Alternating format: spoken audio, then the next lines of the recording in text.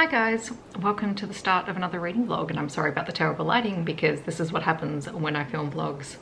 I am planning on doing a bit of a themed weekend reading thing, and I thought I would vlog the experience because Christmas in July is a thing. Not that I actually celebrate Christmas in July, but it's a thing. I'm planning on reading through some of the Christmas books that are on my Kindle because there's a ridiculous number of them that I seem to acquire, and I'll never read them all in December. So I figured I'd start getting through some of them this weekend. So I'm about to start my first book. I'm sorry if you can hear the laundry in the background, but that's just what we're going with. I'm going to start with Dragon Under the Mistletoe by Zeigler, which is a Space Dragons Seek Mates Christmas story. I don't think I've ever read a Space Dragons book, so this should be interesting. It's only 40 pages long. A Dragon Under the Mistletoe was book 2.5 in the Space Dragons Seek Mates series, so I'm assuming that it probably would have made more sense if I'd read the first two books, but I still read it anyway. It was okay, it was cute. So it's about a mated dragon human pairing, and it seems like the woman was kept in a laboratory and tested on, and so her mate saved her. And it's just a really short story about them, and he's trying to gift her a human holiday as something nice to celebrate because she's never celebrated Christmas before. So super sweet. I might go back and read the series one day, I don't know. But now I'm going to read All She Wants by AJ Marchant, which is one of the books I had for my Read Digital TBR, and it's out from Kindle Unlimited. It is a sapphic Christmas novella, so I am very intrigued to see what it's like. So it turns out that this book is set in a small country Australian town. One of the love interests walking into a hospital carrying a Joey should have been the first dead giveaway, but I still question myself after that. So clearly I'm losing my touch. They've just had a reference to Milo, which is a drink here. Well, it comes in a can and you put it in milk. One of the main characters just made a comment that I thoroughly agree with. It says it was like asking why Tilda didn't like grapes or why she didn't like Milo in milk, but would pile it up on ice cream and wait for it to melt enough, which funnily enough is what I did as a kid. So yeah, relatable. This book is about Tilda, who's a doctor who works in the hospital, and she's a workaholic and she never leaves, and so she's been sent on mandatory holiday leave, and she hates Christmas. And she met Claire when Claire came in after being injured while rescuing a Joey, and when Claire was looking for a place, Tilda's brother offered a room on their property for her to stay at while she's sorting out her accommodations. So yeah, Claire is determined to make Tilda like Christmas, and that's about as far as I've got. So I just finished All She Wants. It was really sweet. Wasn't particularly steamy at all, and it was just a really nice Christmas story. So you had Tilda, who was the workaholic doctor, and Claire is a vet who's passing through town and ends up in the hospital being treated by Tilda and then living at Tilda's brother's place. And then you have a whole lot of family things. Tilda's brother is married and has 2 kids and a farm, so all sorts of things happen while they're staying at the farm. The kids were great in the story. I really loved Mary, who was the non-working working dog. She was just adorable. But yeah, just a good feel-good Christmas story. All right, so I think I'm going to read one more book tonight, and that is When She Was Naughty by Tessa Dare, which is a Christmas short story. I meant to read some Tessa Dare this week and I didn't, so this is going to be a quick last read for tonight, and then I think I'm going to take a break from reading because this will be like the 4th thing I've read today. I'll check in with you once I know what this is about. All right, I'm 2 pages in and I just have to share this name with you because, man, it's a name. Justin Peregrine St. George Deville Montague. That's a name, guys. So that was freaking delightful. I really love that one. Tessa Dare very rarely disappoints, does she? So this one was about Chloe, who plays a practical joke on Justin, who is an earl, by inviting him to her family's Christmas ball, telling him that it's an ugly waistcoat ball, and she's made him his own personal waistcoat, and he wears it. And as it turns out, he's madly in love with her and was planning on proposing to her, and now he's annoyed. And the whole thing just had me laughing out loud for 65 pages. So that was fun. Good morning. It's very early, and I woke up because everyone in my group chat was up and talking, and I had to catch up on like 34 messages. But I also had to get up because I have to go to Pilates. So that's what I'm gonna do.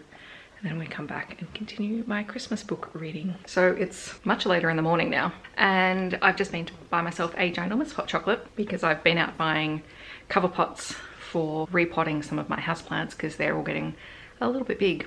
I need some bigger homes for them. But yeah, I wanted to get myself hot chocolate as a treat, and it's a miracle that I don't do this more often because I have a chocolate shop right underneath my apartment building, like part of the building, and I really don't go there as much as people would think I would, but when I do, it's great. So I think I'm going to drink my hot chocolate, I'm going to read another Christmas book, I don't know which one yet, I'll let you know after I've read it, and then I'm going to film my books beside my bed video for this week and then do more reading. That's basically the plan for the day. All right, so I read Once Upon a Winter's Eve by Tessa Dare, which is book 1.5 in the Spindle Cove series. So look at me reading all of the books out of order in series. It was fun. It was a historical romance Christmas story where the heroine Violet is at a ball in Spindle Cove, and then a man turns up who looks like he's basically been dunked in the cove and collapses at her feet. And then it becomes a little bit of a mystery, suspense, historical romance thing where she's trying to figure out who he is and what his connection to her is. I enjoyed that. That was fun. Okay, in an attempt to be productive, because I have finished filming, editing and uploading the books beside my bed video for this week, and I do now have makeup on, not that it's going to make any difference in this light. I am going to read a Christmas book, then write a review that I need to write, because I have a backlist of those that need to get written today. I have not done any repotting of the plants. That might be tomorrow's plan. So I am going to read All They Want for Christmas by Andy J. Christopher, which is my first Andy J. Christopher book. And this one's just over 100 pages, so I'm going to read it and then I'll let you know my thoughts. So somehow I missed amongst picking up this book that this book is an MMF menage story, which I'm not opposed to, and I'm pleasantly surprised to discover, you know, one chapter into the book. I really need to start reading what books are about before I read them. So I finished All They Want for Christmas, and that was really steamy. I stand by what I said before. I should really read summaries of books before I start reading them, because I was not expecting that. But I am not unhappy that I read it. It was about Frankie, who has gone out to dinner with her partner of a year, and he's a congressman and she works in politics, and she's expecting him to propose to her. It's Christmas Eve and she's expecting that, and instead they break up, and the only other couple in the restaurant to witness this spectacular breakup, because Frankie is an absolute firecracker of a character, is her ex-boyfriend Carey and his on-again off-again partner Lucas. And then they have a snowed-in weekend together, which is just super steamy, and then they have to try and figure out if they can make this throuple work. I was not expecting it to be MMF. I was not expecting it to be with characters who work in the political sphere, but I enjoyed it. So I'm gonna have to check out some of Andy J. Christopher's other books, because that was unexpectedly fun. I really loved it. Okay, so I just did update my blog and write a review. Like I said I would read a book, write a review. Did I also get sidetracked and start looking at books, ordering books, adding Christmas novella stories to my Kindle? Yes, I did that too, because apparently I can't stop myself. But now it's time to read another book, and I'm going to read His Christmas Feast by Nora James, which I believe is an Australian book. So that's kind of cool. 2 Australian stories in here. So that book was more stressful and probably slightly more disappointing than I would have thought. So it's about Christophe, who is a French chef who has migrated to Australia, and he's in a small country town, and it's Christmas, and he's invited a whole bunch of just people who don't have family over for Christmas lunch. And one of his friends suggests his next door neighbour. And Christophe and Emily have a very challenging relationship. They don't get along. And there's a lot of things that have gone on in Emily's life. So we've content warnings for death of a sibling, and her partner cheated on her and all sorts of things. Anyway, they don't get on, but he ends up inviting her to lunch, but she comes over and it doesn't go really well. And then they're constantly on again, off again, bickering, arguing, hot and cold. And it was just very stressful. Like sweet, but stressful. I don't like stressful, and not stressful in the good way, like a romantic suspense where you would expect to be stressed. This was just, I don't know, not my favorite. Not terrible, not badly written, just not for me.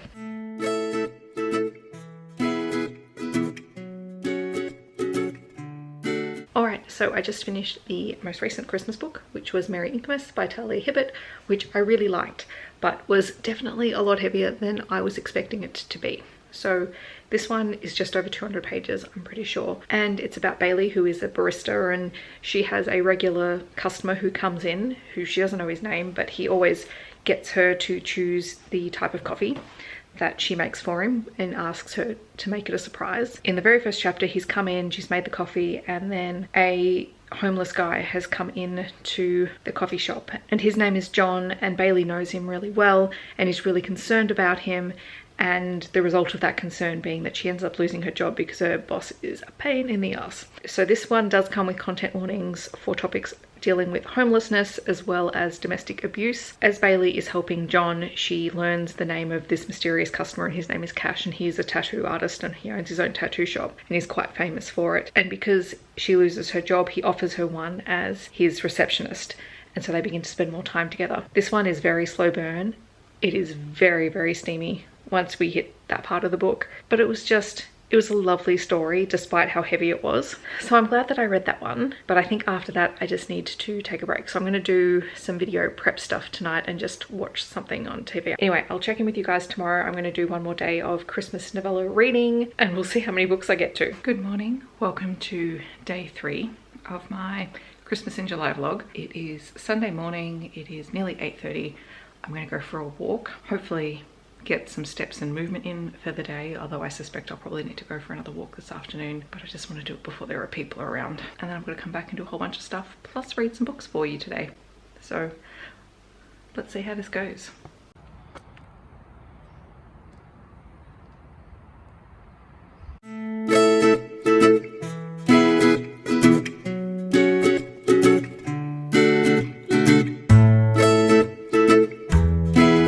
Okay, sorry for the lighting, the sun has come out now, but I have safely repotted this plant, so it is now in a much bigger pot and hopefully we'll have more room to grow because this one has just been going gangbusters. And then this little one is cuttings from my other plant, which has currently wrapped around my snake plant twice. So I've decided to cut it back and do some cuttings, and hopefully this will take off just like this one did, which was a half and half pot because I was experimenting. I'm just going to leave this one here and let it get some sun and stay in this little corner, and hopefully we will get some new leaves on it, and then I might be able to gift it to someone. So yes, that's my planting. I have more to do, except I don't have any more potting soil. I hope you enjoyed low-key gardening with Steph.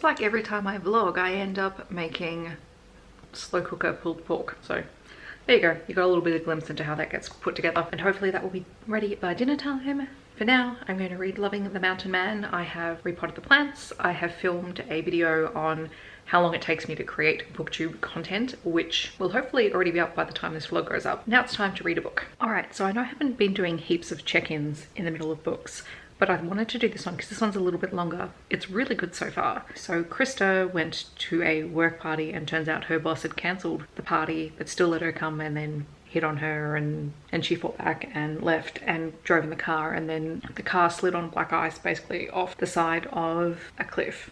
And Micah, who lives in the area, comes along and saves her and then takes her back, and they're stuck basically at his place due to the road conditions. So the reason I wanted to stop is this one's giving me real Haven vibes. So I don't know if this is going to be, well, I don't think it's going to be romantic suspense, but it's definitely got that element at the start because everything happens right away and it's stressful, but in a really good way. So I'm really enjoying it. Really liking Adriana Anders. Guys, that was so good. Oh, I loved it. So I can't remember in the last clip whether I'd already read this part, but we find out that Micah is a veteran. He lost his leg in Afghanistan and he's an arborist, so that's why he's living out in the woods.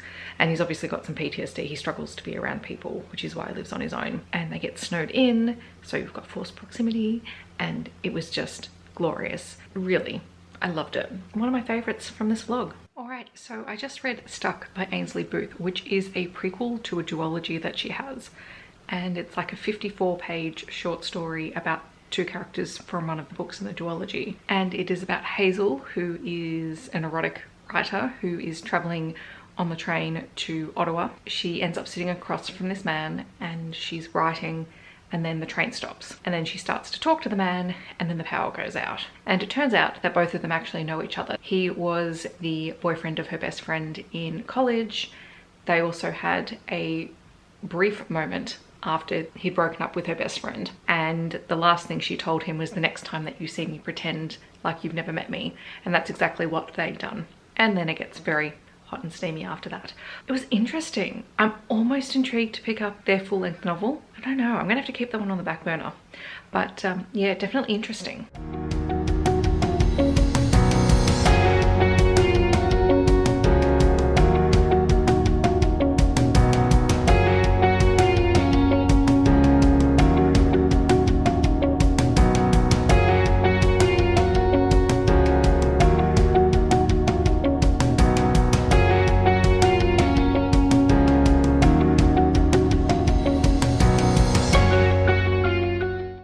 Okay, freshly squeezed orange juice.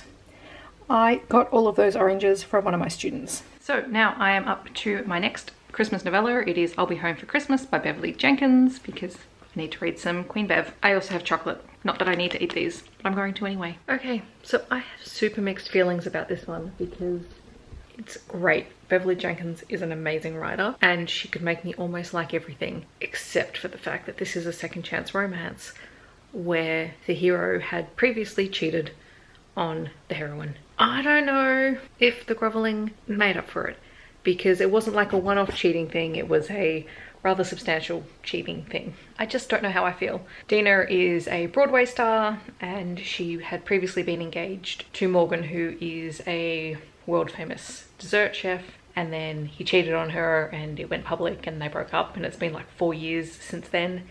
And they're going back to his sister's wedding, and Dina and Jazz are as close as sisters, so they have to spend time together. You have a bit of a forced proximity sort of situation happening there. I don't know. Maybe if this had been longer, I would love it, because I really like the writing. I think cheating is one of my bugbears that I can't get over. So it's good, but just beware, there is the history of cheating in it and you have to be able to get past that. Okay, time for the last Christmas book I'm going to be reading for this Christmas in July vlog, and that is Codename Mistletoe by Simone Scarlett, which I've seen called Die Hard but steamier.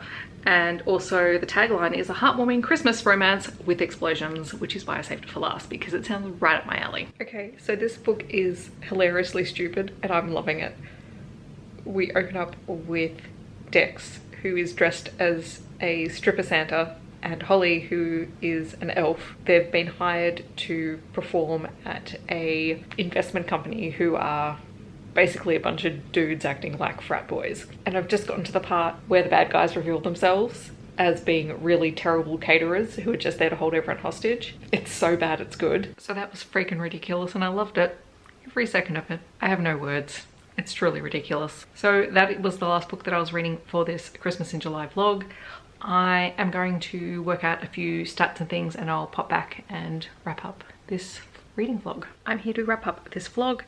I thoroughly enjoyed this experience and I'm really glad to have ticked off 11 things off my Kindle and off my Christmas to read list.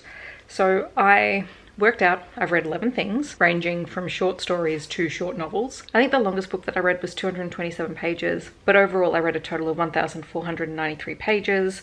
And if we go in order of which ones I enjoyed the most, my least favourite was His Christmas Feast by Nora James, then Dragon Under the Mistletoe by Michelle Zeigler, I'll Be Home for Christmas by Beverly Jenkins, and that was only because I didn't like the element of past cheating. I just couldn't get past that. Codename Mistletoe by Scarlett Simone, highly entertaining but absolutely bonkers. All She Wants by AJ Marchant, which was the sapphic romance set in rural Australia. Definitely worth checking out. That one's on Kindle Unlimited. Once Upon a Winter's Eve by Tessa Dare, Stuck by Ainsley Booth, Mary Inkmas by Talia Hibbert, When She Was Naughty by Tessa Dare, and then the last two books that I couldn't decide which one I enjoyed more were Loving the Mountain Man by Adriana Anders and also All They Want for Christmas by Andy J. Christopher, which was just super fun. I'm going to wrap up this vlog. What I'm going to do in the description is leave the titles, the authors, and any content warnings, because I realized there's probably some things I didn't mention, so I'm going to leave them in the description. This was fun. I'm going to have to think of some other themed videos to do for vlogs. So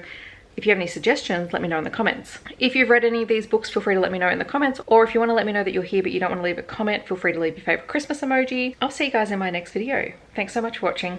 Bye everyone.